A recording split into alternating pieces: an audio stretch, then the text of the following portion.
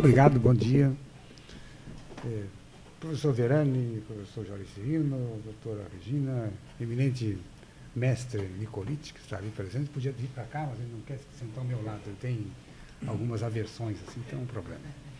Mas o Verani falou uma coisa muito interessante, nossa relação de amizade, não só pessoal, mas como profissional, já dura algum tempo, né? Desde 1976, é algum tempo, é bastante longo esse tempo. E assim podemos dizer que mais de 30 anos somos amigos, né? Então é uma amizade já bem característica. E com o Juarez Cirino dos Santos, a amizade é um pouco maior. O Juarez Cirino dos Santos foi meu contemporâneo de faculdade, então ele formou-se em 1965 e eu em 1966. E nós estamos juntos na luta política, na luta universitária, acadêmica, do direito penal e da filosofia, da sociologia, de tudo, desde aquela época. O professor Juarez Cirino dos Santos, agora, quando completou 70 anos e foi compulsoriamente aposentado, recebeu uma homenagem no Paraná e eu tive a ocasião de estar presente e a ocasião também de escrever a apresentação do livro de homenagem, é um livro enorme, onde há contribuições de vários penalistas do mundo inteiro. E ali ressaltei algumas características muito básicas do professor Juarez Cirino dos Santos. Uma delas que eu acho essencial, que é a sua preocupação muito grande com a liberdade da pessoa humana e com os destinos da pessoa humana em face das desigualdades sociais. O professor Juarez Cirino dos Santos tem essa qualidade intrínseca. É uma pessoa que luta contra as injustiças sociais e ele procura ver a possibilidade de desenvolver, de executar um programa para um mundo melhor. Então, essa é talvez a grande característica que assinala a personalidade de Juarez Cirino dos Santos. E assim nós acompanhamos durante muito tempo mesmo, na luta universitária, na Universidade Federal do Paraná, diferentemente de outras universidades, existem partidos políticos acadêmicos. E aí nós militamos em partido político acadêmico que se chamava PAR, Partido Acadêmico Renovador. Só que o pessoal da direita dizia assim que o nosso partido era Partido Acadêmico Revolucionário, nos acusava, então, evidentemente, de sermos assim adeptos e recebemos o Ouro de Moscou. Naquela época era muito comum essa ideia do Ouro de Moscou. Até hoje eu não sei onde é que anda esse ouro, mas, enfim, de qualquer maneira, essa foi uma agressão que se perpetuou na Universidade Federal do Paraná. Bom, depois daquela época, o professor Juarez Cirino dos Santos também seguiu uma carreira de advogado, estivemos juntos na Universidade Estadual de Londrina, e ali, em 1974, né, tivemos a ocasião de conhecer o Nilo Batista, Heitor Costa Júnior, que estiveram também discutindo um tema muito candente naquela época, até hoje não solucionado no direito penal, que é justamente a questão dos crimes omissivos.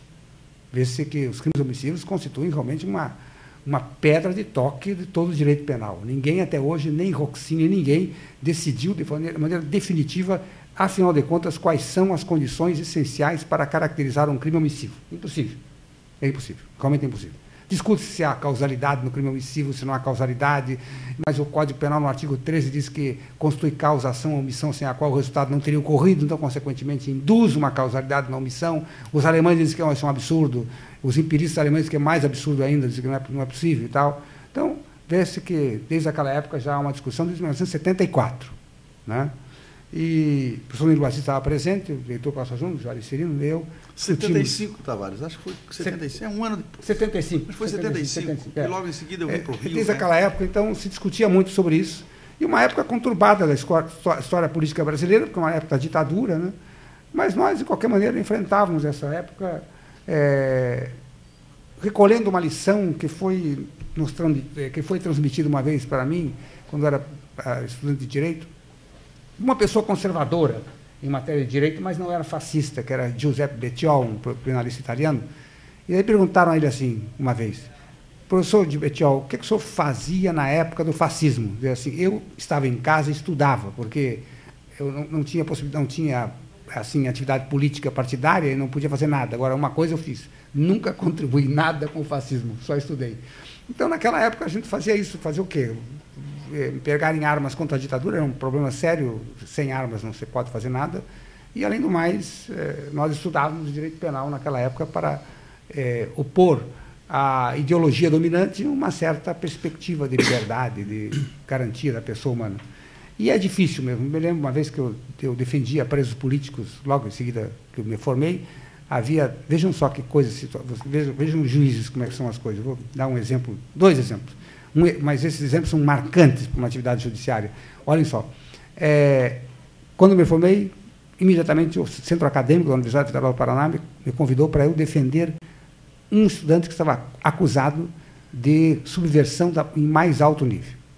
E qual era a subversão do estudante? Olha só, esse estudante, depois que eu soube quem era, eu disse, mas não é possível, o cara está acusado de subversão, mas então o cara é muito dissimulado, porque não é possível. Porque nunca, durante a faculdade toda, esse cara se manifestou politicamente, impossível. Qual era a acusação? A acusação era o seguinte, um sujeito completamente gozador foi para o Uruguai. Chegou no Uruguai, havia aquele grupo Tupamaros no Uruguai, que era um grupo revolucionário de esquerda, guerrilheiro.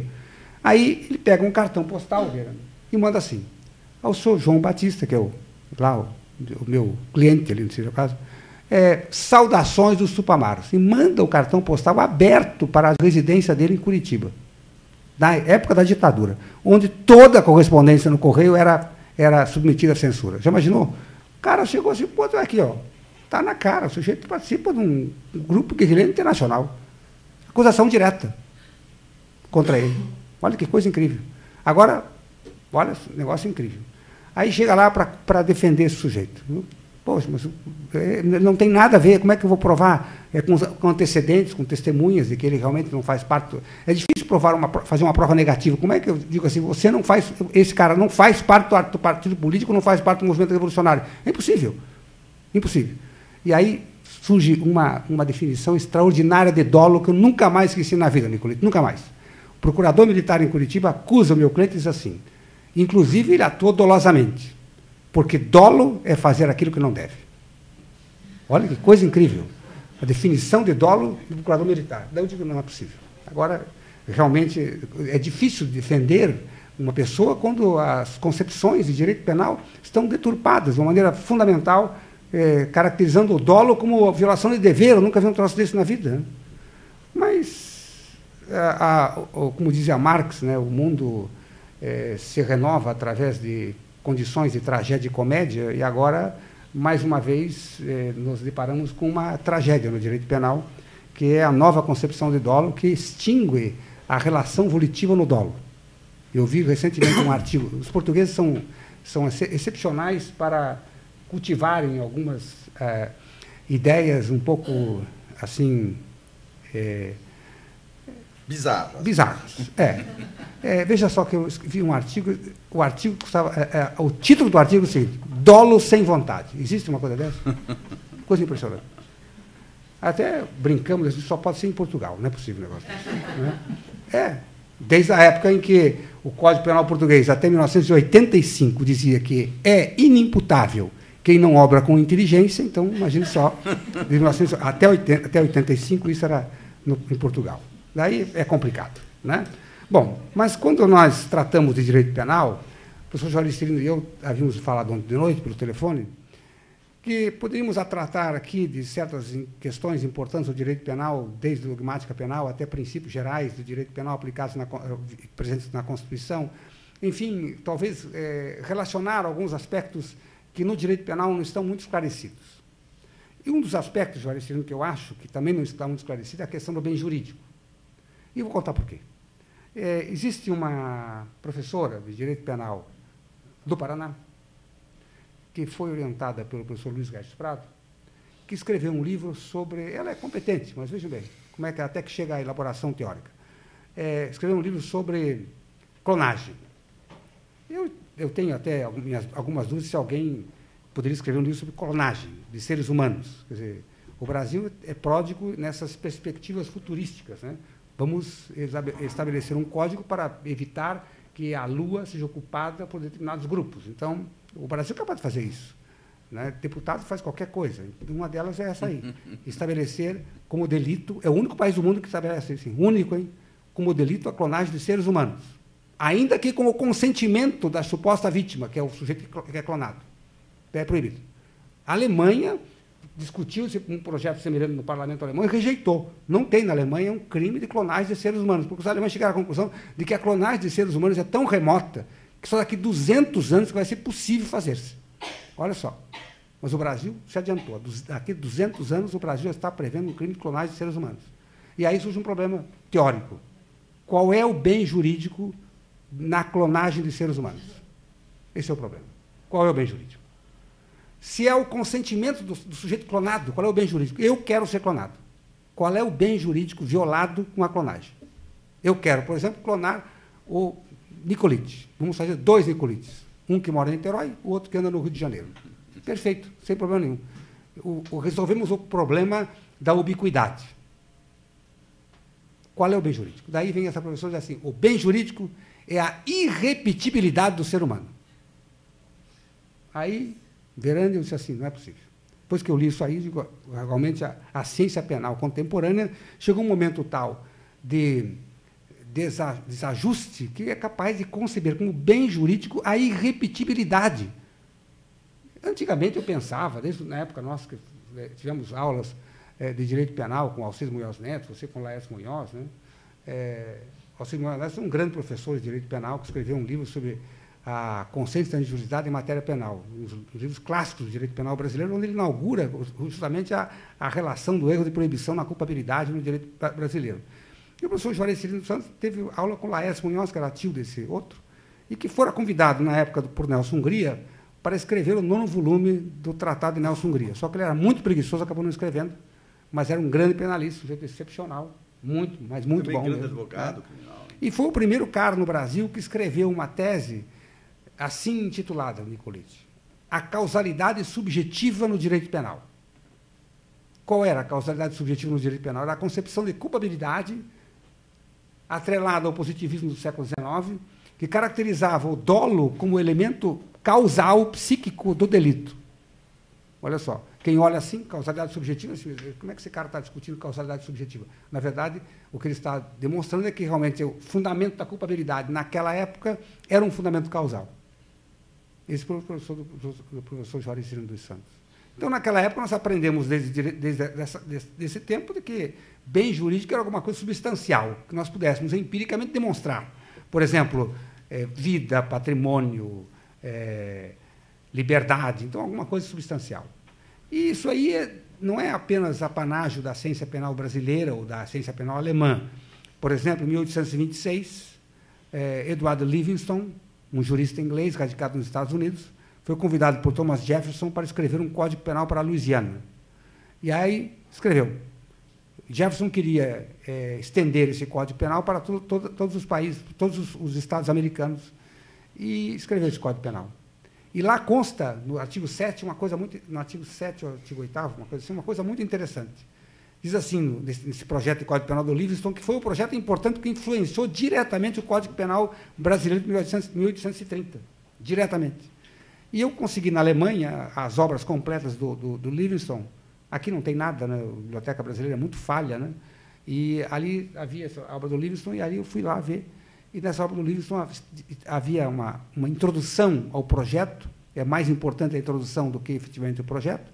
E na introdução, que na verdade já uma exposição de motivos muito alentada ao projeto, Livingston dizia o seguinte: nenhum conceito de direito, nenhum, pode ter validade se não puder ser empiricamente discutido num tribunal. Então, na verdade, se eu chegar aqui por aqui, vamos discutir o conceito empírico de irrepetibilidade. É possível caracterizar-se empiricamente a irrepetibilidade? A irrepetibilidade é um juízo de avaliação, não é um juízo empírico. É aí que está o problema do bem jurídico. Desde aquela época, 1826, Livingston, que não tem nada a ver com a tradição continental europeia no tocante ao direito penal, com Belling, von List, etc., já desenvolvia a ideia de que, efetivamente, no direito penal é indispensável que haja um elemento material que sustente a afirmação de delito ou a sua negação. Isso é fundamental. Bom, por isso que hoje vamos tratar aqui de alguns assuntos interessantes no direito penal. O primeiro assunto interessante, talvez, do direito penal, vamos andar um pouquinho na dogmática penal, porque os juízes gostam de dogmática penal, até porque é fundamental, é a relação entre teoria e prática no direito penal. Essa foi uma questão, Juarez Cirino, muito discutida na Alemanha, Uma vez estava eu num seminário em Frankfurt com o Fabrício, e comparecer a esse seminário o presidente do Supremo Tribunal da Alemanha, que é um jurista, que é o Fischer, que tem até um comentário ao Código Penal, evidentemente muito melhor do que os nossos comentários do Código Penal brasileiro. E esse Fischer diz o seguinte: o grande problema nosso do Supremo Tribunal Federal é verificar como nós não nos divorciamos da teoria jurídica. Como é que podemos sustentar um ajuste, uma adequação de teoria jurídica e prática jurídica. E daí dizer assim, e aí é um problema, porque isso na Alemanha, imagine no Brasil, na Alemanha, que tem uma tradição jurídica forte, desde o Espelho da Saxônia de 1400 e pouco. E aí, Nicolete, o Espelho da Saxônia é interessante para você um dia pegar esse Espelho da Saxônia, que é um dos primeiros monumentos legislativos que existem na Europa, e esse Espelho da Saxônia é interessante, você que é processualista penal. Ele vinha, com a lei penal vinha editada, ao lado da lei penal não havia comentário, havia desenhos, porque os comentários eram feitos através de desenhos. E os desenhos representavam todo o estamento judiciário, quem era o juiz, quem era o escrivão, quem era o acusador, quem era o defensor, e, além do mais, as pessoas que compareciam ao juízo, que era o príncipe, o barão, o duque, etc. e tal. Então, havia uma série de hierarquias desse negócio. Isso aí. Desde o Espelho da Saxônia, o direito penal alemão se desenvolveu, olha só. Então, tem uma tradição jurídica danada. Na tradição jurídica danada, dizia Fischer que há um problema, ou havia um problema, e ainda há um problema, que é o divórcio entre prática e teoria jurídica. Como é que os tribunais desenvolvem uma prática e teoria jurídica? Então, apenas uma coisa. Quando eu estava como subprocurador-geral da República lá em Brasília, no STJ, verifiquei que havia uma prática jurídica completamente diversa da teoria jurídica, evidentemente.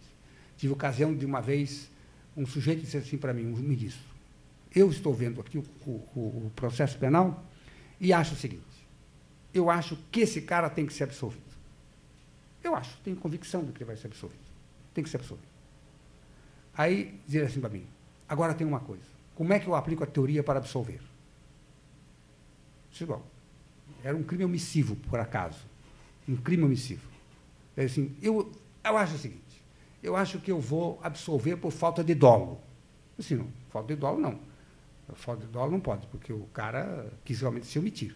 Tem uma outra condição aí que é fundamental, que é o problema da inutilidade da ação omitida.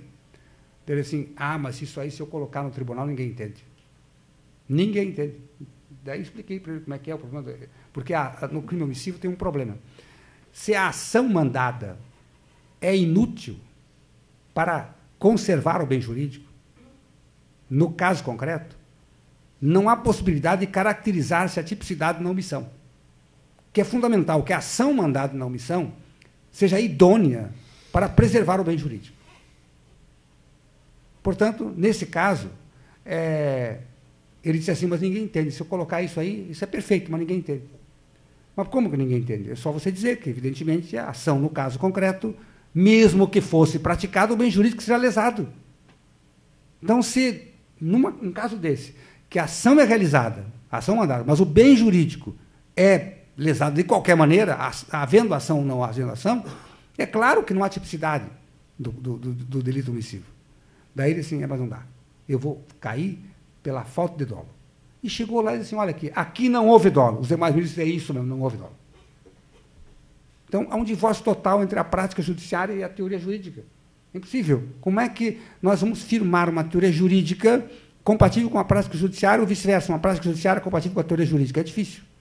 Daí Fischer diz assim, algumas informações são importantes para, ou algumas observações são importantes para dizer por que essa prática jurídica não se conforma com a teoria jurídica. Então, diz ele assim, olha como é que é importante. Primeira coisa, é o divórcio entre a universidade e a prática jurídica. Universidade. Mesmo na Alemanha. Olha só. É verdade mesmo, que os acadêmicos, tipicamente acadêmicos, pouco contato têm com a prática jurídica. A não ser que eles sejam advogados, ou promotores, ou juízes, mas aí a prática jurídica está comprometida no meio acadêmico. Até mesmo porque Se nós lermos aí o currículo Lattes e as exigências da pós-graduação, etc. e tal, uma coisa louca, você verificará que essas exigências são, às vezes, completamente incompatíveis com uma perspectiva de execução concreta daquela teoria jurídica. Então, essa primeira indagação, primeira ponderação que fazia Fischer. Depois ele dizia assim, e além do mais, a teoria jurídica, modernamente, ela é muito hermética. E muita gente, um juiz que trabalha com direito de família, por exemplo, né, vai pegar a teoria jurídica penal tão hermética, mas muito hermética, começa a falar em coisas que nós não entendemos, evidentemente nós vamos voltar para a teoria jurídica já ultrapassada, que é muito mais fácil de se entender, como é a teoria causal, e aplicar a teoria causal, sem problema nenhum. Quando foi introduzido no Brasil a teoria finalista da ação, me lembro, por volta de 1970 e poucos, né? 70 e tantos, né? Era difícil os juízes e promotores assim entenderem o que era a teoria finalista da ação. Lembra-se, Juarez? É complicado dizer, olha aqui, um negócio que a teoria finalista da ação, o dolo é vontade de realização. Não é uma vontade vinculada assim só, assim, eventualmente, à realização do fato. A vontade de realizar o fato é que constitui o dolo. Essa é a definição de Welzel, que era o pai da teoria finalista de ação. Mas isso era muito difícil de inserir na cabeça do juiz daquela época, muito difícil. Em 1970, quase que impossível. O pessoal disse, não, que negócio, que é isso? Que vontade de realização é essa? O que é isso? Depois o Welzel fazia uma análise do dolo, ele dizia assim, que o dolo tinha que ter uma análise fixada conforme a relação volitiva do agente para com os objetivos assim perfilados por sua conduta. Ou a relação do agente tomava o delito, por exemplo, o resultado, como objetivo final de sua conduta, ou como uma consequência necessária da sua conduta, ou como uma consequência concomitante da sua conduta, ou como um efeito secundário da sua conduta. Então, o Welzel escalonava a questão do dolo para mostrar até que ponto se desenvolvia o dolo direto, e até que ponto se diferenciava do dolo eventual, e até que ponto o dolo eventual iria se confundir, ou se ajustar, ou se aproximar da fronteira com a culpa. Vê-se, portanto, então, que essa era a ideia inicial do finalismo. Bom, daí Fischer assim, o problema é que a teoria jurídica é muito hermética, os tribunais querem resolver rapidamente as questões, não querem ficar dependendo de uma análise mais percussiente, então nós caímos na ideia de que, efetivamente, o mais fácil é o melhor e, às vezes, as soluções não são adequadas, mas e daí? Fica por isso mesmo.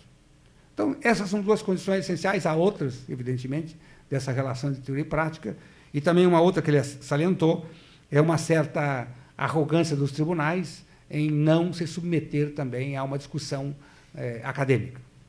Tentei, na UERJ, a senhora se lembra disso, fundar na UERJ um seminário mensal de direito penal. Compareceram a esse seminário Hassner, Zaffaroni, Miguel Baco Fernandes de Madrid, Munhoz Conde, uma porção de gente. E nesse seminário nós convidamos vários magistrados, vários membros do Ministério Público, alguns foram no começo, mas depois ficaram com medo de participar do embate acadêmico, porque o embate acadêmico era bem dinâmico. Diz assim, não é isso não e tal. Então, era complicado. E alguns embates acadêmicos um pouco de dificuldade para a apreensão. Imagina um sujeito que está na magistratura há 30 anos, já se distanciou muito da teoria acadêmica, da teoria jurídica, e vai lá se deparar, por exemplo, com Habermas e outras pessoas aí, vai ter dificuldade, evidentemente, claro, porque com a prática judiciária ele vai ler pouco essas coisas, porque a quantidade de processo que vai receber não é impossível de ler, impossível. Eu mesmo tive dificuldade em Brasília, eu dou um exemplo só, todo mundo acha que a judicatura é brincadeira, mas um exemplo só. Eu, como subprocurador-geral da República, imagine um juiz, eu, como subprocurador-geral da República, recebia por semana 104 habeas corpus para dar parecer. E eu ficava louco porque eu não dou parecer de uma página. Eu examino o processo de cabo a rabo e dava parecer, pelo menos a média de meus pareceres de 15 páginas. Imagina, só com 104 por semana, evidentemente eu perdi minha vista, vou ter que ser operado agora, porque com esse processo eletrônico me acabou com a vista. Veja só como é que são. Como é que alguém que tem que receber 104 habeas corpus por semana, como é que ele vai estudar Habermas e outras coisas mais nas suas horas vagas? Fico com aquela dor de consciência. Imagina que estou lendo Habermas e tenho 104 processos para decidir de segunda a sexta-feira. É impossível. Ou para me pronunciar sobre eles. É impossível. Então, essa prática judiciária louca, né, é impossível de se desenvolver. Bom, essa é uma condição. Há um livro interessante do Poder Judiciário, que eu traduzi, do Zaffaroni, não sei se vocês conhecem, chama-se Poder Judiciário. O Zaffaroni escreveu um livro do Poder Judiciário quando ele era diretor do Instituto de Prevenção do Crime, aliás, da ONU, que era um instituto que está sediado na Costa Rica, e ele ali realizou uma pesquisa enorme sobre o Poder Judiciário em todos os países, e, surpreendentemente, disse uma coisa muito interessante, Fernando. Assim, o Poder Judiciário mais bem estruturado que existe, assim, em termos de formalidade e tal, talvez seja o Poder Judiciário italiano, juntamente com o alemão e com o espanhol. Mas ele diz assim, mas o Poder Judiciário que melhor trata as questões é o mais desorganizado que existe na União Europeia. E é o que menos tem conflitos, o que julga menos processos e o que julga melhor, que são os tribunais holandeses. Olha que coisa incrível. A formalidade praticamente não existe e a estrutura do judiciário é muito caótica na Holanda, mas funciona perfeitamente bem. Aí, Zaffaroni tem uma explicação. Diz assim, o problema fundamental, sabe o que é? É o contexto democrático. É o contexto democrático. Ou seja, o juiz holandês está tão, assim, compenetrado de que deve exercer uma certa democracia no seu julgamento, que julga muito bem. Independentemente de todas as prerrogativas que possa ter, ou das artimanhas e tal e coisa. A Holanda, por exemplo, é um país que não tem Conselho Nacional de Magistratura. Não existe. E ninguém vai dizer, olha, o juiz tal precisa tratar melhor o advogado, ou se dar melhor com as partes, ou dirigir a audiência com certa cortesia com as pessoas que ali comparecem, nada. Vejam que é interessante essa ideia do Zaffaroni. E a pesquisa do Zaffaroni é muito alentada, eu recomendo esse livro, que está esgotado, foi editado pela Revista Tribunais, foi tradução minha, e dizem, e até eu recomendo porque a minha tradução é melhor do que a original, porque a tradução, diferentemente do original, ela foi feita de comum acordo com o Zaffaroni. O Zaffaroni esteve várias vezes no Rio de Janeiro, dizia assim, aqui, Raul, essa frase aqui, sua, não entendo. E assim, nós vamos modificar. Pode escrever assim, assim, assim. Então, tá bom. Mas isso não foge do original. Mas o original sou eu, estou aqui do lado. Pode dizer. Então, a tradução é exatamente de conformidade com o pensamento dele. Exatamente de conformidade com o pensamento dele. Olha que é interessante essa tradução. Bom, voltamos à história do direito penal. Vamos tratar aqui de umas questões importantes. Por exemplo, nós conhecemos alguns critérios lógicos. O critério da não contradição, o critério da identidade e o critério do terceiro excluído. São lógicas formais, aristotélicas, que vêm desde o tempo da filosofia grega. Esses critérios passaram pela Idade Média, foram consubstanciadas aí em Tomás de Aquino, e não digo santo porque eu não sou católico, mas o Nicolite fica muito indignado com essas coisas, de eu não mencionar o santo Tomás de Aquino, mas não tem importância. Tomás de Aquino, depois a chamada lógica de Port-Royal, que é onde se desenvolveu a filosofia de Pascal, e tal, bom, não interessa. Esses critérios lógicos foram sempre assim fixados. Vamos aplicá-los no direito penal. O princípio da não contradição, por exemplo, uma coisa não pode ser e não ser ao mesmo tempo. Uma pena privativa de liberdade é incompatível com uma pena de prestação de serviços à comunidade. Se alguém tem que se submeter a um regime fechado, não pode, ao mesmo tempo, simultaneamente, cumprir a pena de prestação de serviços à comunidade. O princípio da não contradição. O princípio do terceiro excluído. Artigo 13 do Código Penal. Considera-se causa a ação ou omissão sem a qual o resultado não teria ocorrido. O direito penal faz a opção. Ou é ação ou omissão. Não tem um terceiro. O terceiro está excluído dessa relação. Ou é uma ação, que caracteriza a causa, ou é uma omissão, que caracteriza a causa. Não tem outra opção. Mas esses critérios lógicos foram contestados no decorrer do tempo com a criação de uma lógica chamada paraconsistente, que, por incrível que pareça, foi criada por um brasileiro, e é do Paraná. Não é? Paraná, às vezes, surpreende. Tem uns caras muito reacionários, horrorosos e tal e coisa, como o atual diretor da Faculdade de Direito da Universidade Federal do Paraná. Né? Você concorda, não concorda? Aí, mas, de qualquer maneira, surpreende. É o Newton da Costa, que foi um físico do Paraná, que desenvolveu essa lógica paraconsistente e se transmitiu essa lógica para o mundo inteiro. Essa lógica paraconsistente diz o seguinte, que esses critérios lógicos que eu aqui mencionei, de identidade, não contradição e terceiro excluído, não se aplicam a todo tempo. Tem uma restrição na sua aplicação. E eu procurei ver no direito penal como é que isso era possível. E eu cheguei à conclusão que é interessante. Vejam bem, a causa é a ação ou omissão sem a qual o resultado não teria ocorrido. Mas se eu colocar em evidência de que nos crimes omissivos impróprios é possível haver uma omissão através de comissão, eu começo a ver, então, de que esse princípio do terceiro excluído já começa a entrar em crise no próprio direito penal. Então, a omissão é realizada através de um ato comissivo. Isso existe no direito penal. Os crimes omissivos por comissão.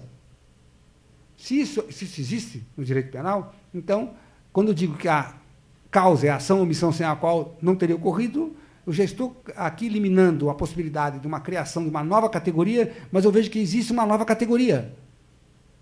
A omissão por comissão. E isso existe na realidade prática.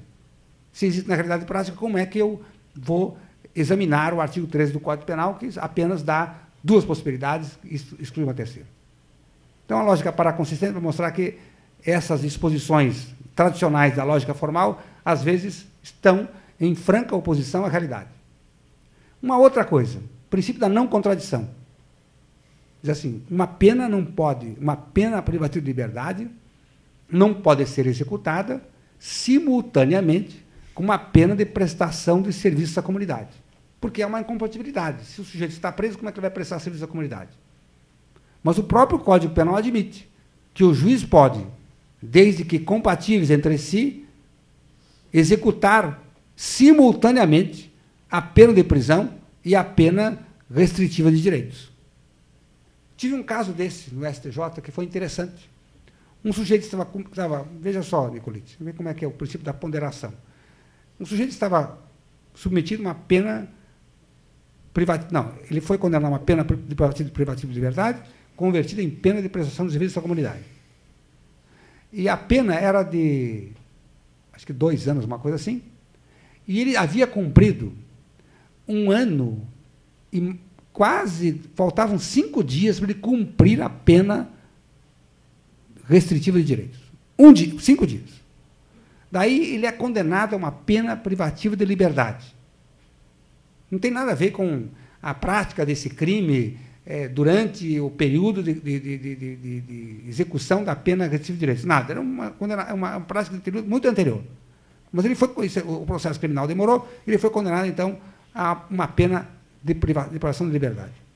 Aí o advogado disse, mas que é aqui? O meu cliente, tudo bem, mas o meu cliente, ele está há 5 dias para cumprir a pena de prestação de serviço à comunidade. Pelo Tribunal de São Paulo, que revogou a pena restritiva de direitos e passou a executar diretamente a pena privativa de liberdade, ele não poderia cumprir a pena privativa de direitos. Então, o que aconteceu com ele? Olha só que loucura. Ele foi condenado a uma pena privativa de liberdade, o Tribunal de São Paulo cassou a pena restritiva de direitos e colocou na prisão para cumprir as 2 penas, a restritiva de direitos e mais a pena privativa de liberdade. Ele trocou habeas corpus. A questão da teoria e prática é um problema sério. Né? Como é que nós vamos fazer com essa teoria e prática aqui, se as penas são incompatíveis? Mas o próprio Código Penal tem uma disposição que estabelece que, se não forem incompatíveis, é possível a prestação simultânea de ambas as penas. E a solução do STJ foi muito adequada, disse, não, tudo bem, nesse caso é possível que ele cumpra a pena de prestação de serviço à comunidade em 5 dias, que é o caso, e depois executa a pena privativa de liberdade. Isso já havia acontecido no Rio de Janeiro.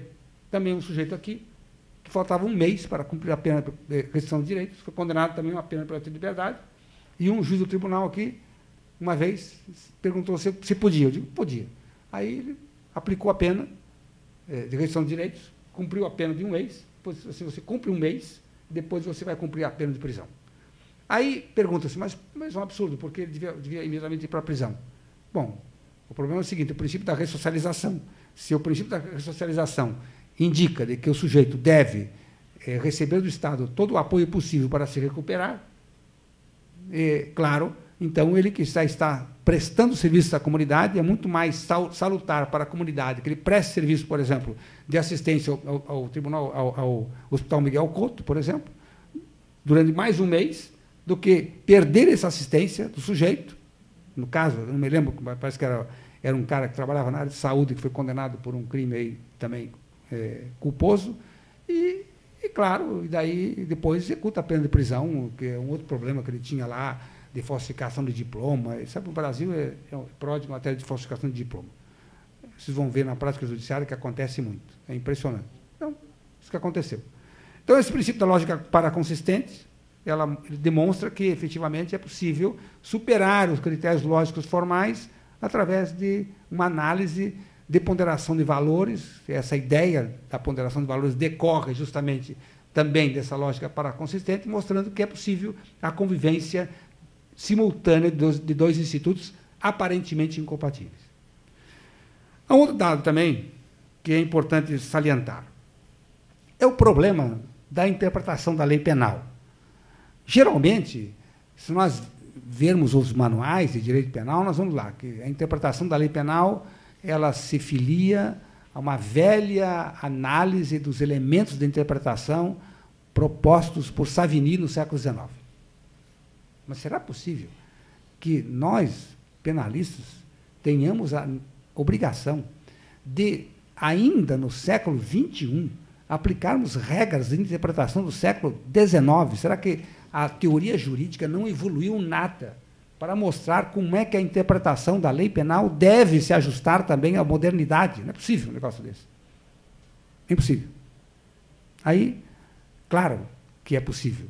Os elementos de interpretação para Savigny eram o elemento gramatical, o elemento lógico, o elemento sistemático, o elemento histórico, o elemento teleológico. Essa é a ideia de Savigny no século XIX. Proposta essa no famoso sistema de direito romano, do Savigny.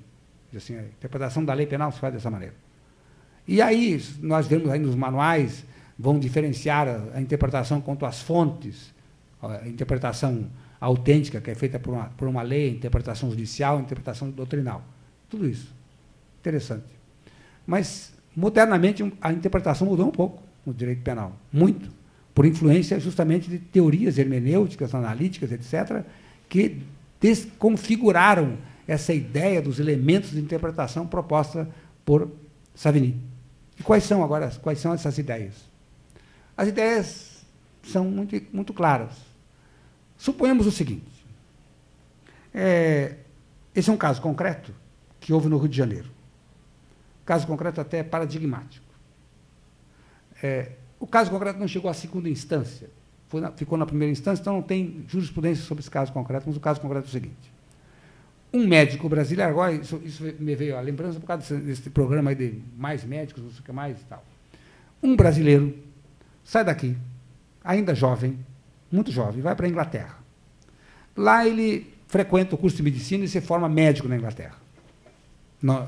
Se forma médico numa universidade que, segundo dizem, é um pouco assim, pior do que a Universidade de Valença, que é a Universidade de Cambridge.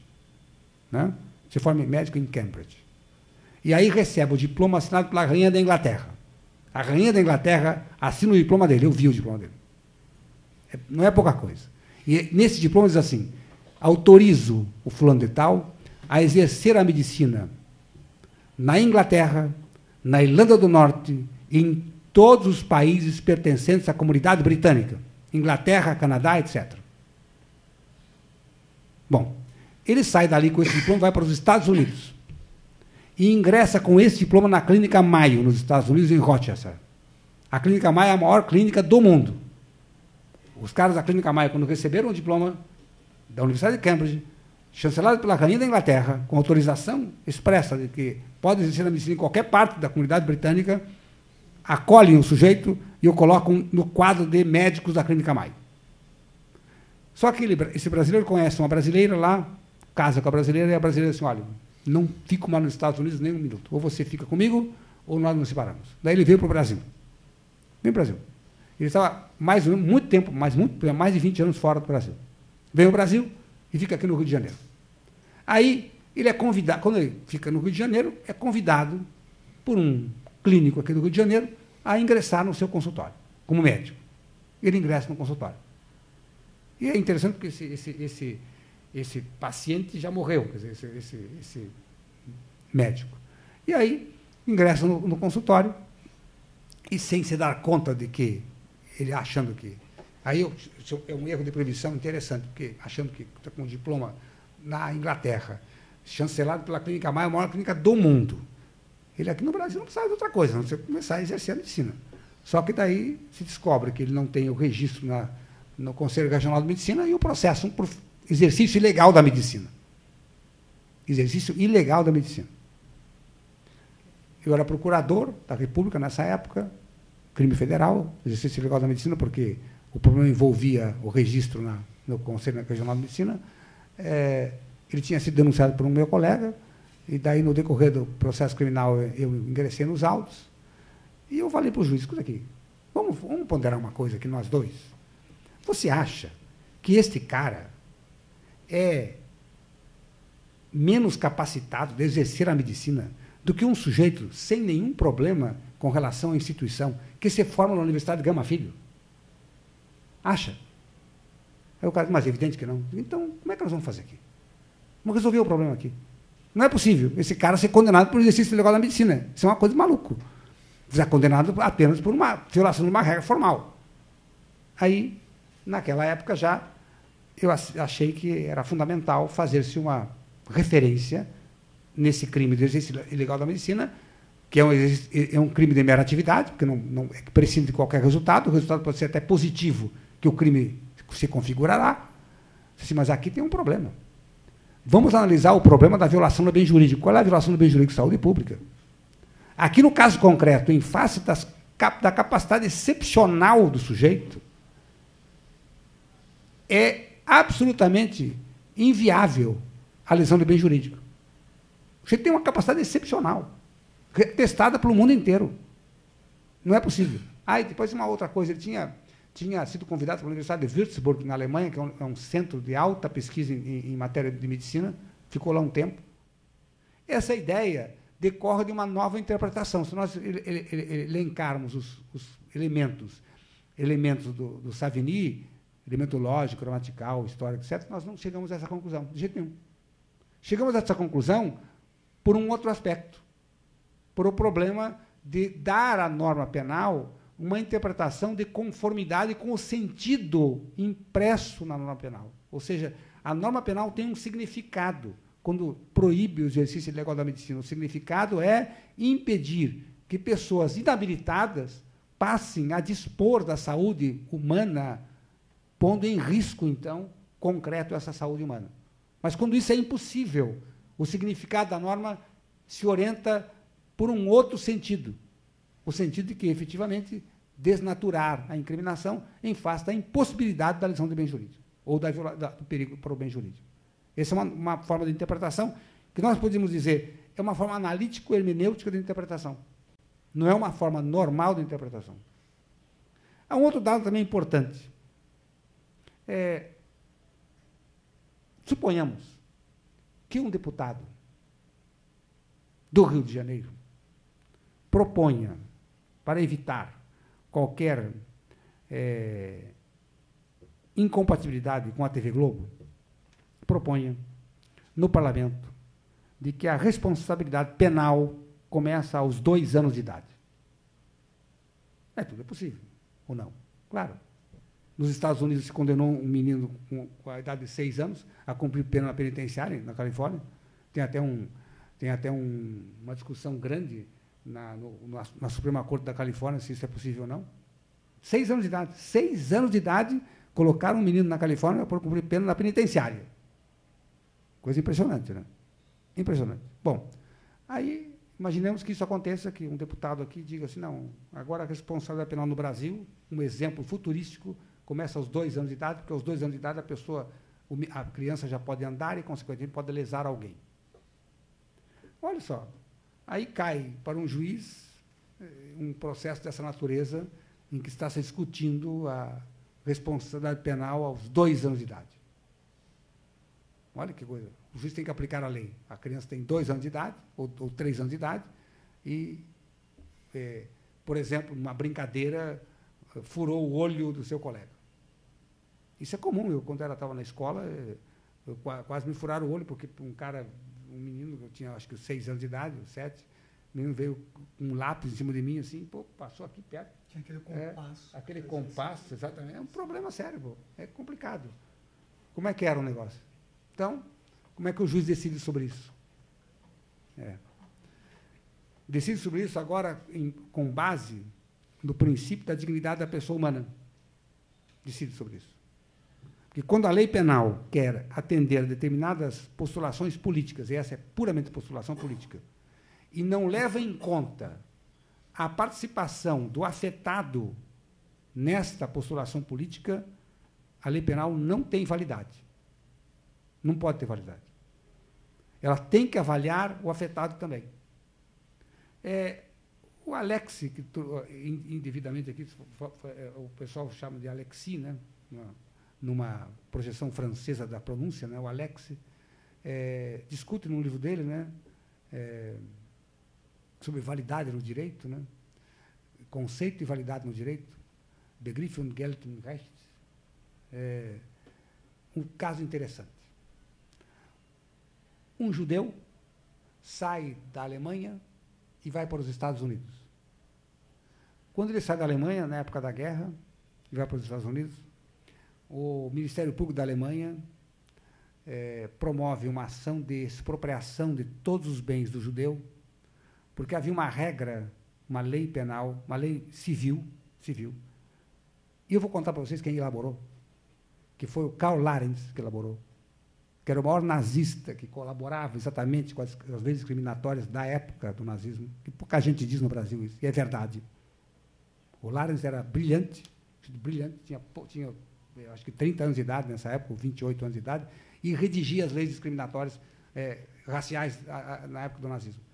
E aí havia uma lei que diz o seguinte: toda pessoa que saísse da Alemanha sem autorização do governo alemão ou das autoridades alemãs, tá, perdia os seus bens. O judeu perdeu todos os bens, todos.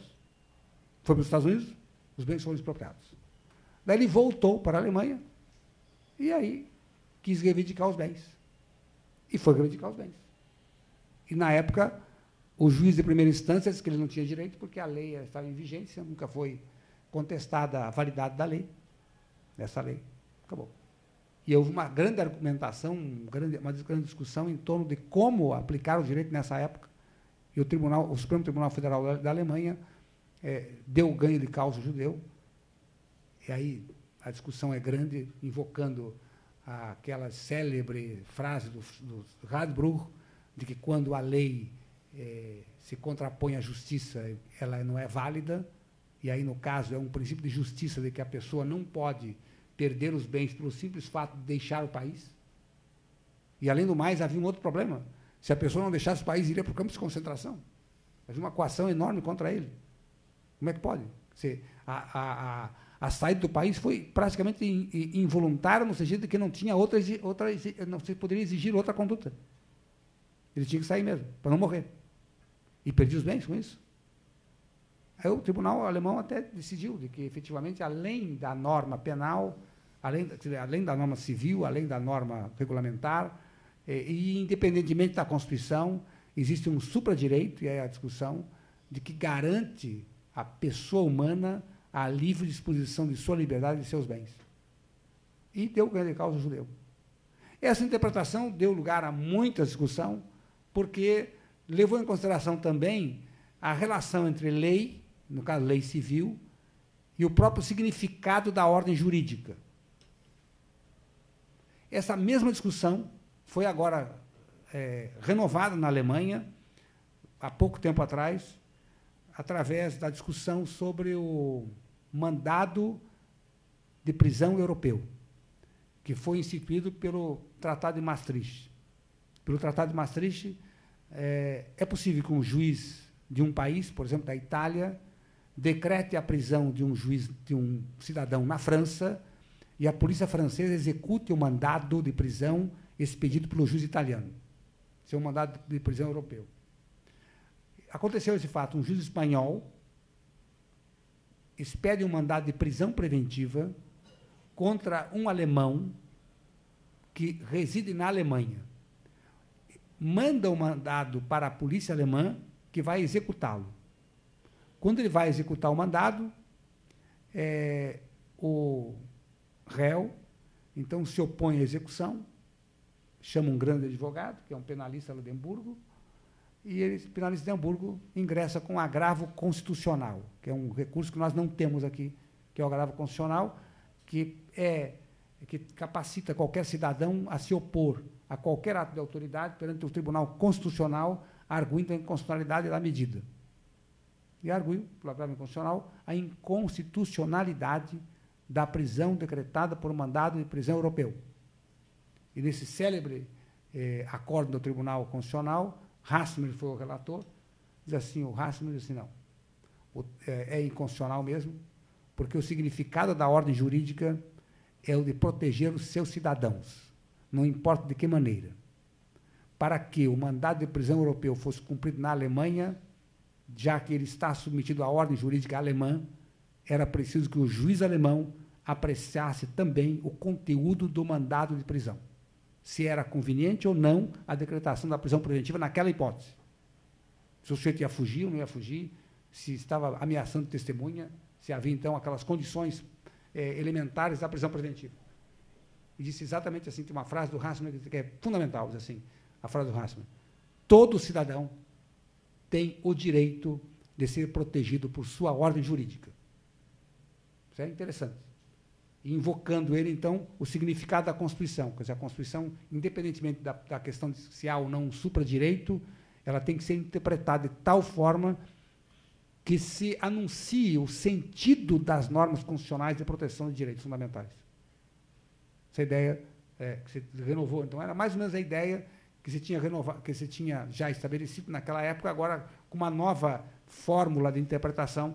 Hasmer não procurou um subterfúgio no supradireito, fora do direito constitucional, mas dentro da própria Constituição, elaborar um critério de justiça que significasse uma relação entre o sentido da norma e a realidade que se põe em julgamento.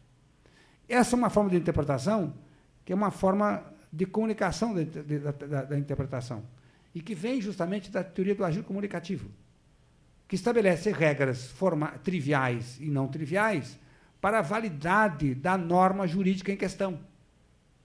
Então, dizia Hasmer assim, o mandado de prisão europeu, que advém do Tratado de Maastricht, não levou em consideração os interesses dos próprios cidadãos dos países respectivos. Foi um tratado político entre nações, onde, naquele momento, não se discutiu nada sobre os interesses de cada um dos participantes. Os cidadãos não tiveram oportunidade de se oporem a esse mandado de prisão europeu, ou mostrar que esse mandado de prisão europeu era incompatível com a ordem jurídica do seu país. Daí a ideia de que, efetivamente, o discurso jurídico contido na norma é um discurso jurídico que está sempre, constantemente submetido a um juízo de validade, a um juízo de verificação, se efetivamente ele é ou não legítimo, quer dizer, se a norma é ou não legítima para fundamentar um tipo de agressão ao bem jurídico como esta do mandado de prisão europeu. E Hasselmann conduz, então, a interpretação nesse sentido, diz assim, não, é fundamental, por uma ordem jurídica, que ela se submeta, de qualquer forma, ainda que hipoteticamente, a essas formulações das condições do discurso da norma. Se é possível, se as pessoas estavam em igualdade de condições para decidir, e se as pessoas tinham autoridade, cada uma delas, o próprio afetado, se tinha autoridade para contestar a própria norma. Se a norma é incontestável na sua elaboração, a não ser através de um agravo constitucional que só existe na Alemanha, não existe em outros países, se isso é assim, então, consequentemente, a norma é inválida, porque a norma não leva em conta os interesses dos afetados. É a mesma ideia daquela ideia em relação ao judeu. Quando se instituiu de que a pessoa que deixasse o país perderia os seus bens, não se levou em consideração as condições básicas de manutenção da liberdade de cada um e, consequentemente, os próprios afetados, aqueles que querem deixar o país. Então, não participaram da norma. A norma seria inválida por essa ausência de participação dos afetados na sua discussão. Então, quando uma norma é emitida, é fundamental que ela dê essa possibilidade de ser contestada por aqueles que vão ser os interessados na sua execução. Essa é uma modalidade nova de interpretação, nós podemos dizer, uma interpretação com base no chamado agir perlocucionário. Essa ideia do agir perlocucionário é uma ideia mais ou menos desenvolvida pela filosofia analítica inglesa, que se espraia sobre a ideia de linguagem, ou a variação da linguagem, e eu acho que é uma ideia muito frutífera para mostrar como, na linguagem jurídica, na formulação de uma norma, entram em consideração não apenas as fórmulas gramaticais dessa norma, mas principalmente o sentido, o significado da ordem jurídica que está impregnando essa norma. Por outro lado, vejam uma coisa interessante. Nós tratamos no direito penal ação e resultado dentro de uma perspectiva puramente de causa e efeito, de um meio para fim. Assim a teoria causal, assim a teoria final. Teoria causal, a ação causa do resultado.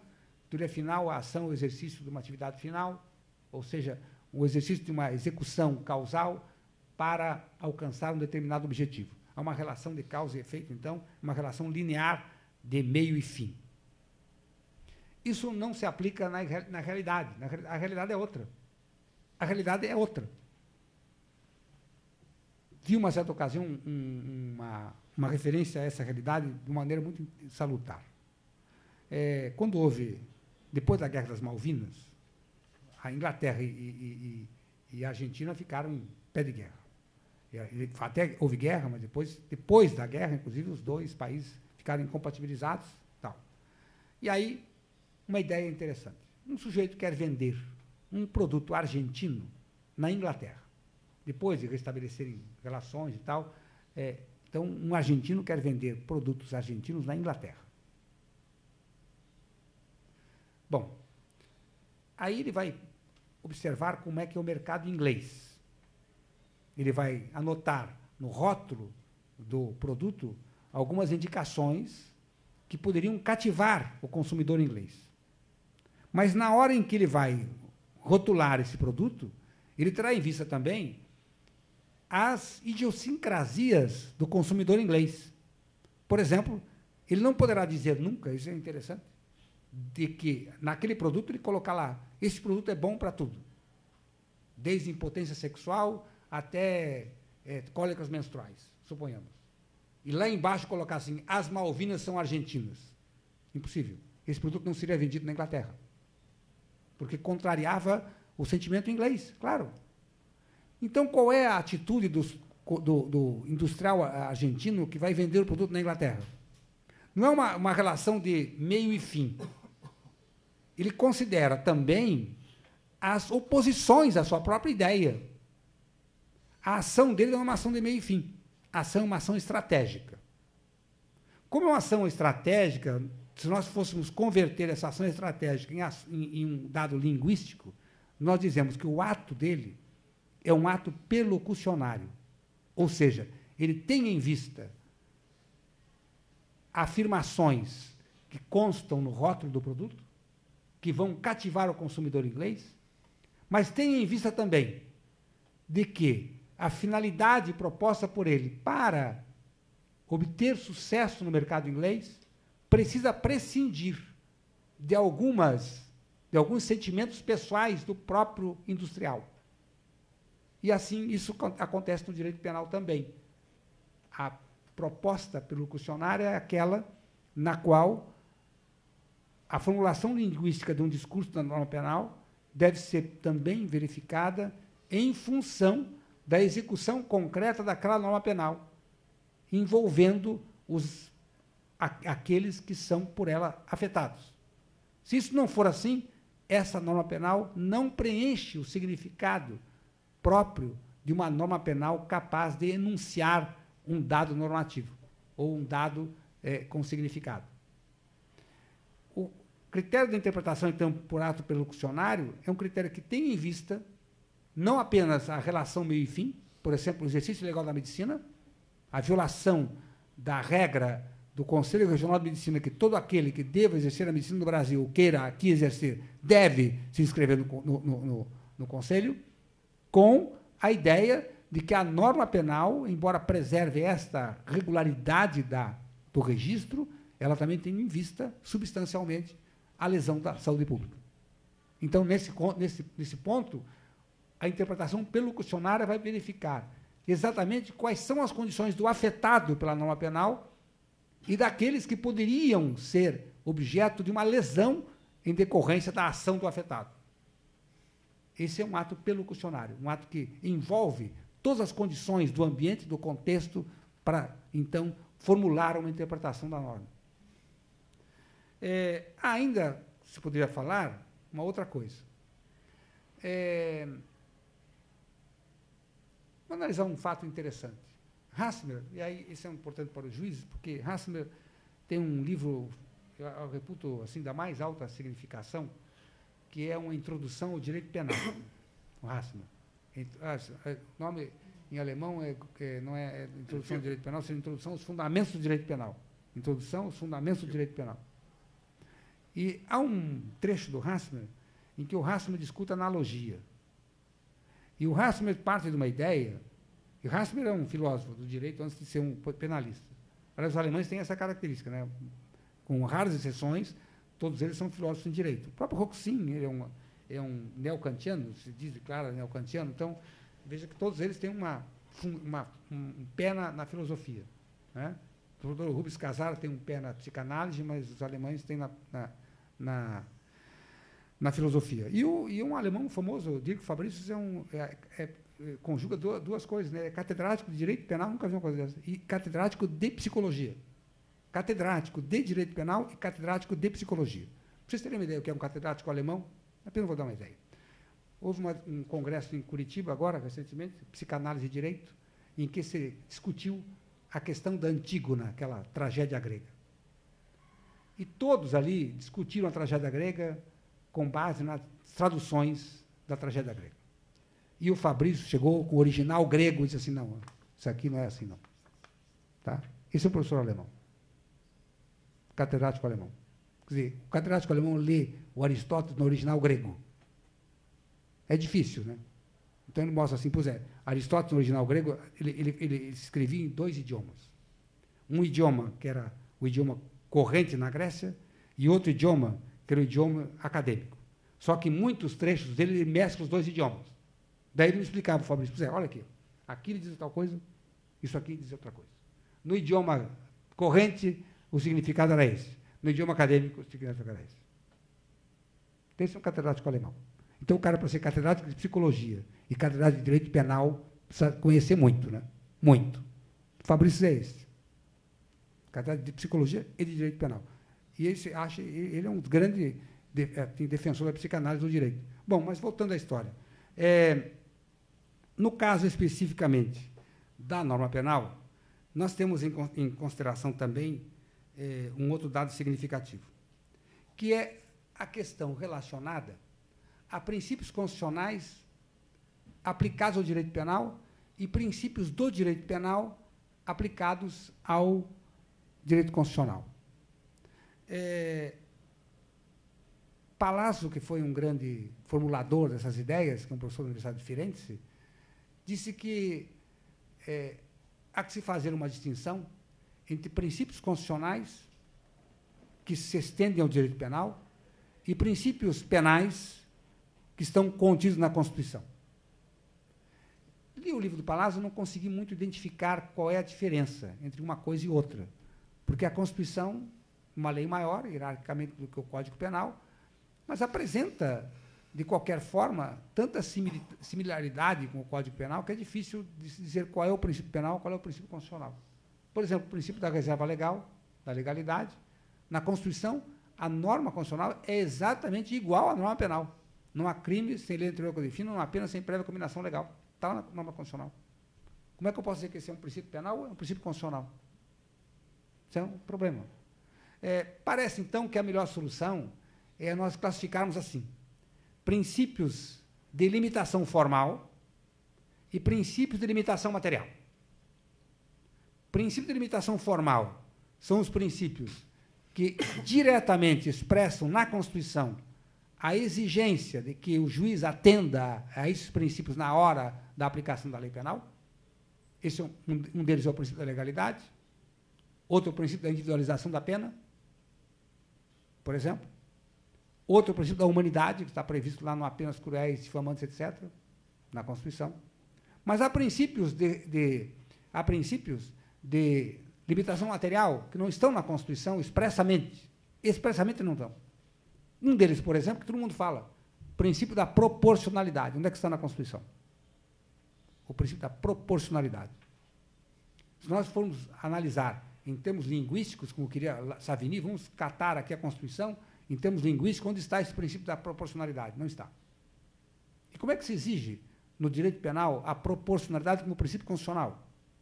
Não é nem princípio constitucional, onde é que está? No direito penal, a gente podia até tirar esse princípio do próprio direito penal, podíamos extrair o princípio da proporcionalidade. Se nós verificarmos, por exemplo, que o crime de homicídio tem uma pena de 6 a 20 anos, o crime de furto de 1 a 4, o crime de estelionato de 1 a 5, nós podemos verificar, então, que o próprio Código Penal dá uma indicação de que esta pena deve variar em conformidade com o dano causado. Claro. A intensidade do dano também. A intensidade da ação criminosa, da conduta, para a produção do dano. Essas são situações que o próprio Código Penal indica de que há necessidade de se ponderar acerca da proporção entre o que se cometeu, o que se produziu e aquilo que se vai fixar como pena. Mas na Constituição onde é que está? Aí Hasselmann dizia o seguinte, nesse livro de Fundamentos do Direito Penal. Pois é, quando nós indagamos os princípios constitucionais de Hasselmann, nós verificamos ainda mais como é permeável no direito penal e no direito em geral a letra da lei expressa que regulamenta um fato e o argumento ou o pensamento analógico. E Hasselmann diz assim, não existe pensamento no mundo que não seja analógico. Não existe. Eu vou apreciar, por exemplo, o magnífico livro do André Nicolit, de quem tive a honra de escrever A Orelha. Né? Aí, nesse livro do André Nicolit, vamos apreciar o livro do André Nicolit. Quando eu faço uma apreciação do livro do André Nicolit, eu necessariamente faço uma comparação desse livro com outros. Porque eu tenho que analisar o livro em face, primeiramente, da legislação vigente, do que ele se propõe, e também em relação às demais teorias que discutem os mesmos temas. O meu processo de análise, portanto, do livro de Nicolit é um processo analógico. É um processo analógico. Dizia Hasselmann, todo argumento, todo pensamento é analógico, porque não tem um pensamento que não se produz através de uma comparação ou comparação incidente sobre objetos. Todos. Então, todo pensamento é analógico. Se todo pensamento é analógico, diz Hasselmann, aí que o problema. Como é que nós vamos distinguir entre o que é proibido e o que não é proibido na analogia no direito penal? Porque a analogia existe. Então, é uma balela dizer-se que há uma diferença entre analogia e interpretação. Diz Hasselmann que não. Que a interpretação é um processo analógico. Sempre. À medida em que há um tertius comparationis, existe uma analogia. E todo pensamento leva em conta um tertius comparationis. Sempre. Mas sempre, sempre, sempre. Então, o pensamento é analógico por sua natureza. Aí, diz ele, pois é, se o pensamento é analógico por sua natureza, como é que eu interpreto analogicamente alguns princípios? E aí surge o problema, interpretar analogicamente o princípio da proporcionalidade. Se nós formos lá para a Constituição, vocês juízes estão muito mais, assim, com a cabeça clara em relação a todos os textos constitucionais e de outros ramos do direito que nós, penalistas, já deixamos muito tempo de lado, verificarão na parte que trata do sistema tributário, das limitações ao poder tributário, que os tributos serão instituídos de conformidade com a capacidade contributiva do sujeito. Isso é um princípio da proporcionalidade. Os tributos são instituídos de conformidade com a capacidade contributiva do sujeito. Se o sujeito não tem capacidade contributiva, o tributo é zero. Se ele tem maior capacidade contributiva, o tributo tem que ser maior. Quer dizer, pelo menos em tese. A gente sabe, por exemplo, que uma vez eu estava no Rio de Janeiro, eu estava procurador da República, vocês juízes, não tinha jeito, estava com uma enorme conta do imposto de renda para pagar. No final do ano, lamentavelmente, eu tinha duas fontes de renda, uma a universidade e a outra a procuradoria, aí tinha que fazer a declaração, e caía, na época era 30%, lembra? 30% de desconto. Puxa vida, que coisa. Nesse dia, eu estava lançando aquele livro Direito Penal da Negligência pela Revista Tribunais, e veio de São Paulo para cá o dono da Revista Tribunais. Daí ele me convidou para almoçar, e fomos aí até num restaurante ali que tinha aqui no Rio Sul, aí fomos lá e tal, e eu disse, puxa, eu estou agoniado hoje que eu tenho que pagar o imposto de renda, é uma nota, que coisa absurda, como é que pode 30% do meu vencimento ainda vou ter que pagar, eu descontei na fonte, eu vou ter que pagar uma nota a mais, porque a universidade não descontava na fonte, então, quando deu no final do ano, foi uma loucura. Você que ele falou? Pois é, mas eu não paguei nada. Não pagou nada por quê? Não, porque pessoa jurídica eu só pago 2%. Olha que coisa louca. Quer dizer, na verdade, ele ganhava muito mais que eu, claro, evidentemente, o cara é dono das revistas tribunais, olha só, é milionário, e não pagava imposto de renda. Então, é claro, esse princípio da capacidade contributiva no Brasil depende, né, porque, teoricamente, é muito interessante, mas, teoricamente, sustenta o princípio da proporcionalidade no direito penal. Por quê? Se há uma proporcionalidade na imposição do imposto para o cidadão, por que não haver uma proporcionalidade também na fixação da pena em face dos danos ou da intensidade da atuação criminosa vinculada ao dano produzido? Claro que tem que haver. É isso que diz Hassler. Os princípios constitucionais, em matéria penal, devem ser analisados analogicamente, de tal forma que possam harmonizar o sistema de proteção de direitos fundamentais com as regras de incriminação propostas no Código Penal. Temos, então, uma série de indagações a fazer sobre o direito penal. Essas talvez sejam as mais significativas. Quer dizer, uma reavaliação do processo de interpretação, uma vinculação do direito penal à Constituição, uma reconstrução da associação entre teoria e prática jurídica, é fundamental. E uma coisa também fundamental, que não sei se Nicolite vai concordar comigo, uma coisa fundamental, é esquecer, de uma vez por todas, a famosa teoria geral do processo. Na Alemanha, por exemplo, não existe. E o próprio Figueiredo Dias, naquele famoso livro de Direito Processual Penal, diz que é uma absoluta incongruência pretender-se criar uma teoria geral do processo penal, exatamente igual à teoria geral do processo civil. Que o processo penal não tem como finalidade desenvolver questões teóricas como o processo civil. Que o processo penal está muito mais associado ao direito penal do que propriamente ao próprio fundamento do processo civil. Daí, acabar com essa ideia da teoria geral do processo. Eu sei que essa ideia é defendida pelo maior processualista brasileiro, que é o José Carlos Barbosa Moreira, que me examinou no concurso da UERJ, inclusive de titularidade, mas acho que essa ideia hoje está absolutamente incompatível com o direito penal de garantia, que tem no processo penal também a sua continuidade de perpetuação de garantias. Se isso não acontecer, nós estamos correndo sério risco de penetrarmos no Estado autoritário, com difícil previsão de suas consequências. Verani, como o tema é aberto, eu não tratei assim de um tema especificamente, podia tratar dos crimes omissivos, mostrar aqui quais são as incongruências que há na questão da posição de garantidor, etc. e tal. Posso até adiantar algumas coisas. Por exemplo, Juarez Cirino e eu temos uma proposta em relação aos crimes omissivos, de limitar os crimes omissivos impróprios àquelas lesões a bens jurídicos pessoais. E, se não for lesão de bem jurídico pessoal, não haverá possibilidade de reconhecer-se um delito omissivo impróprio. E vou apenas finalizar com um exemplo que é significativo. Esse eu acho que é fundamental, esse é um caso prático também do STJ. Olhem, veja que coisa. Em Pernambuco, um sujeito se aposenta pela Previdência Social e se aposenta por invalidez. Só que sabem que a aposentadoria na Previdência Social na verdade, uma aposentadoria de fome. Ele não tinha Bolsa Família, não tinha mais nada, sozinho no mundo, aposentou-se. Só que não podia sobreviver, porque, além do mais, de invalidez, ele precisava de comprar remédio e tal, esse negócio todo e tal. Nossos planos de saúde são terríveis e nosso sistema de saúde pior ainda.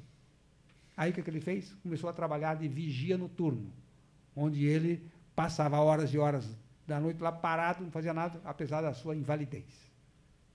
O INSS descobriu que ele trabalhava. Cassou a aposentadoria dele, dizendo que não pode trabalhar, porque na lei da Previdência Social tem uma regra, realmente, que quem se aposenta por invalidez não pode trabalhar. Essa é uma regra completamente irreal, porque a realidade brasileira é diferente. Ele está trabalhando porque precisa. Não é porque ele está querendo comprar um BMW, porque ele precisa, pô. O pobre do inválido. E pior ainda, olha o que aconteceu com ele. Ele foi denunciado pelo crime de estelionato por omissão. Estelionato contra a Previdência Social por omissão. Não é o estelionato em relação à manutenção em erro, não. Estelionato cometido por omissão. Sabe qual é a omissão dele? De não haver comunicado à Previdência Social que estava trabalhando. Olha que coisa louca. Incrível, né? Como é que alguém inventa isso? Você inventa, né? O cara foi denunciado, recebida a denúncia, e ele entrou com habeas corpus no tribunal lá em Pernambuco, perdeu, e veio para o STJ, chegou até o STJ. E no STJ ele ganhou. Realmente ele ganhou. Veja que coisa incrível. Agora, a coisa mais engraçada é que o Ministério Público Federal, raramente se vê uma coisa assim, o Ministério Público Federal, lá na primeira instância, já tinha dito que era um absurdo, quer dizer, contestando o próprio colega dele. Nas alegações finais, pediu absolvição. O juiz condenou. Foi ao tribunal, em apelação, o procurador da República no tribunal pediu absolvição. O tribunal condenou. Olha que coisa louca. E aí vai para o STJ. O STJ absolve. Incrível. E absolve, bom, aí o problema da fundamentação da absolvição não interessa. Agora, é o problema de caracterizar um crime de omissão imprópria no estelionato. E aí os juízes, os desembargadores diziam assim, não, aqui houve uma violação da norma impositiva. A norma impunha o dever a ele de comunicar que estava trabalhando. Olha que situação. Então, Juarez Cirino e eu defendemos a ideia de que nos crimes omissivos impróprios só há validade com relação a ataque a bens pessoais. Por quê? Porque há um detalhe nos crimes omissivos impróprios. É que a omissão nos crimes omissivos impróprios tem que se equiparar à ação. E a omissão só pode se equiparar à ação quando empiricamente se possa formular um juízo de equiparação. Como é que eu posso formular um juízo de equiparação empírico ao sujeito que não comunica à Previdência Social do que ele está trabalhando? Qual é o juízo empírico de afirmação? Aí, possível. Isso é uma mera e simples violação de uma norma. Só isso, nada mais. Não tem nenhuma demonstração de que há uma equiparação da ação, da omissão à ação. A ação do quê? Qual é a ação? A ação de lesar a Previdência Social? Impossível. Uma mera e simples violação de uma norma impositiva. Nada mais. É o que é? É uma antinormatividade. Nada mais do que isso. Então, Juarez Cirino e eu defendemos a ideia de que os crimes omissivos impróprios só são passíveis de validade quando violarem bens jurídicos pessoais. Isso por quê? Porque justamente pela exigência de que a omissão deve se equiparar à ação, isso só é possível quando haja uma realidade empírica que se possa demonstrar que, naquele caso, há efetivamente uma relação de semelhança muito séria entre a omissão e a ação.